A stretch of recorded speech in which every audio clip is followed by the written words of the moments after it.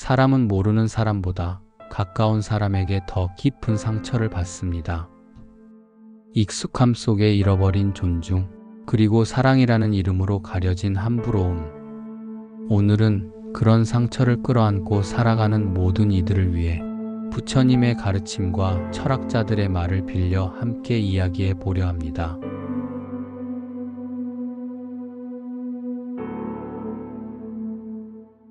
안녕하세요. 말의 온도입니다. 본성이 못된 사람은 어떤 사람을 일컫는 말일까요? 불교에서는 본성이 못된 사람을 본성이 악하다는 표현보다는 근본적인 어두운 마음이 깊은 사람, 혹은 악업을 짓는 사람이라고 부르는 경우가 많습니다. 첫 번째는 지나친 탐욕이 있는 사람입니다.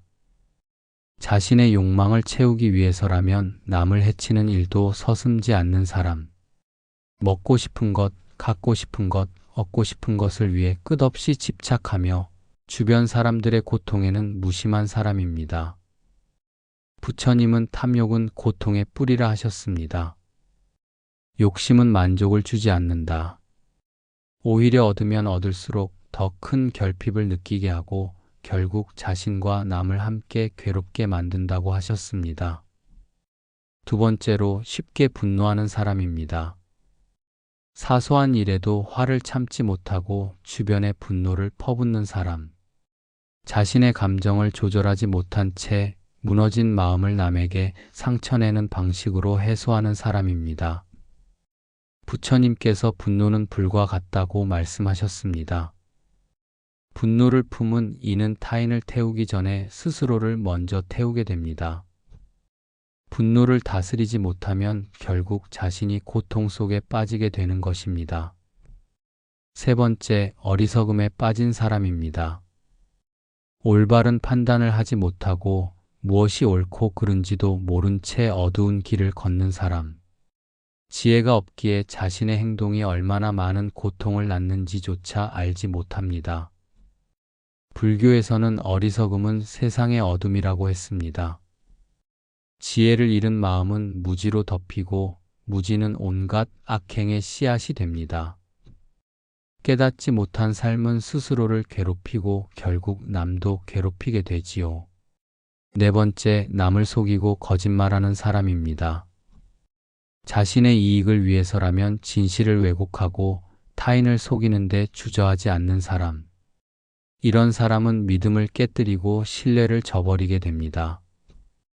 불교에서는 진실된 말을 하는 것을 큰 덕목으로 여깁니다. 거짓은 잠깐의 이익을 가져올 수 있지만 결국 스스로를 무너뜨리게 됩니다. 다섯 번째, 질투와 시기로 가득 찬 사람입니다. 남이 잘 되는 모습을 보면 진심으로 축하하지 못하고 은근히 깎아내리려 하는 사람들이 있습니다. 다른 이의 행복을 자신의 불행처럼 여기지요. 질투하는 마음은 타인을 해치는 것 같지만 결국 자기 마음에 독을 키우는 일입니다.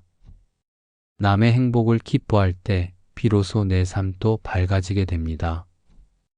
여섯 번째, 남의 아픔을 즐기는 사람입니다. 누군가 실패하거나 넘어질 때 겉으론 모른 척하면서 속으로 즐거워하는 사람입니다. 남의 고통을 자신의 우월감처럼 여기는 사람입니다.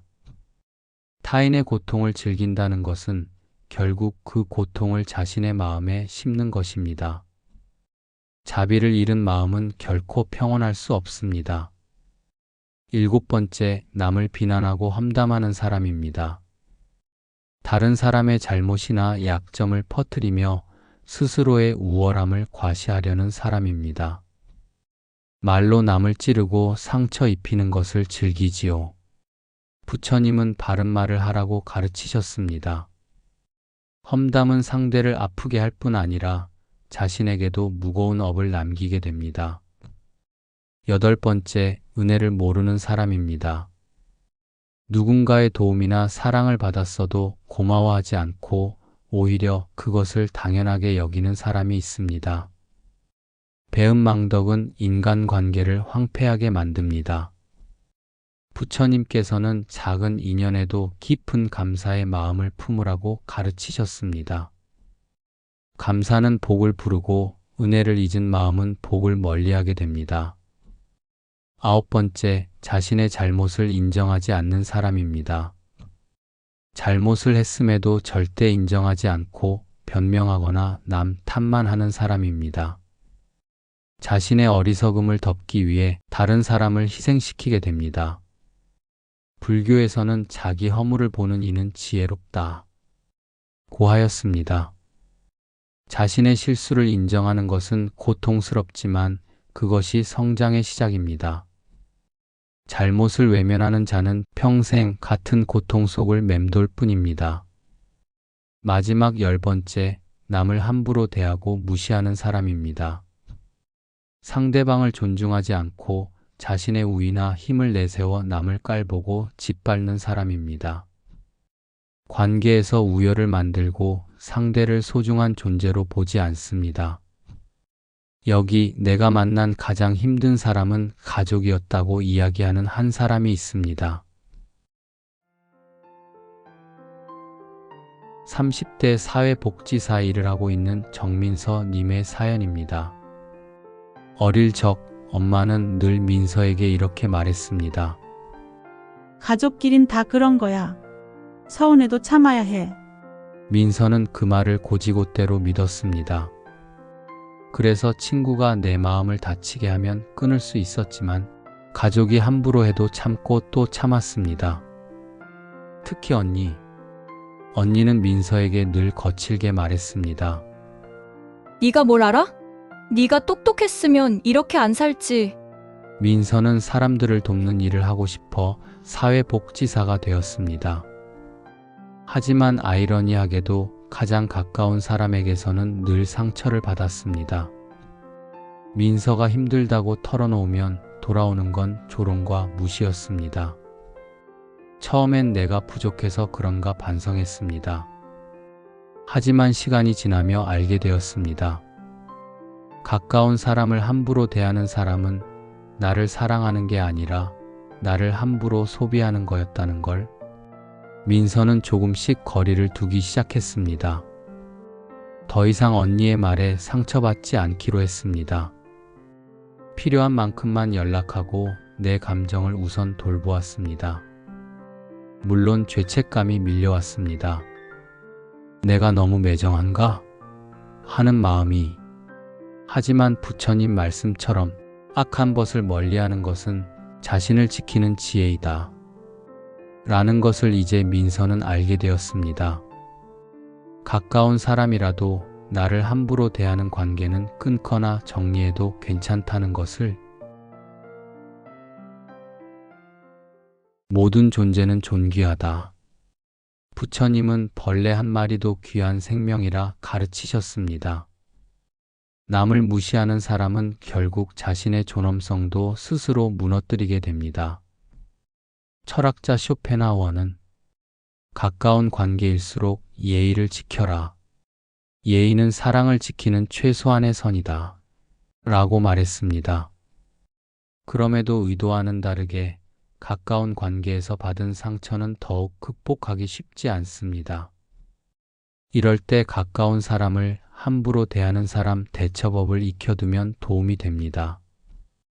첫 번째, 그 관계에서 거리를 둡니다. 감정적으로 얽히지 않게 일정 거리를 유지하는 것입니다.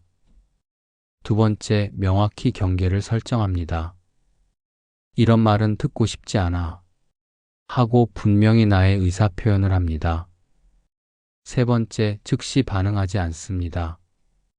즉각적인 감정 대응을 피하고 15초 정도 쉬고 차분히 대응합니다.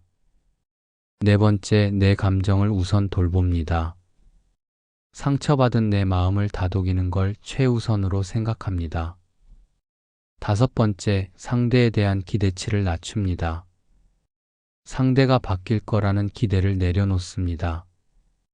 여섯 번째, 상대의 말에 휘둘리지 않습니다.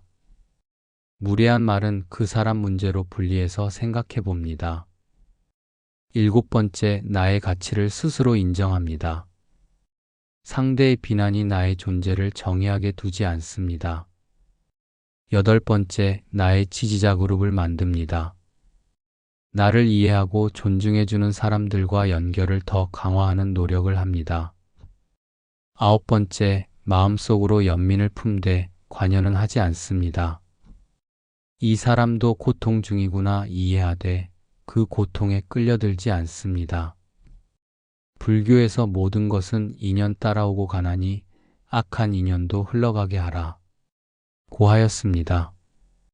사람의 본성이 못됐다고 단정 짓기보다는 탐욕, 분노, 어리석음이 깊어져서 어두운 마음이 되었음을 가르쳐주는 말이지요.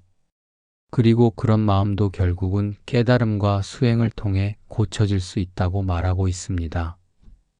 본성이 악한 사람도 괴로움 속에 살아가고 있습니다. 그러니 우리는 스스로를 지키되 연민을 품고 그들에게 끌려들지 말아야 합니다. 지금까지 말의 온도였습니다. 고맙습니다.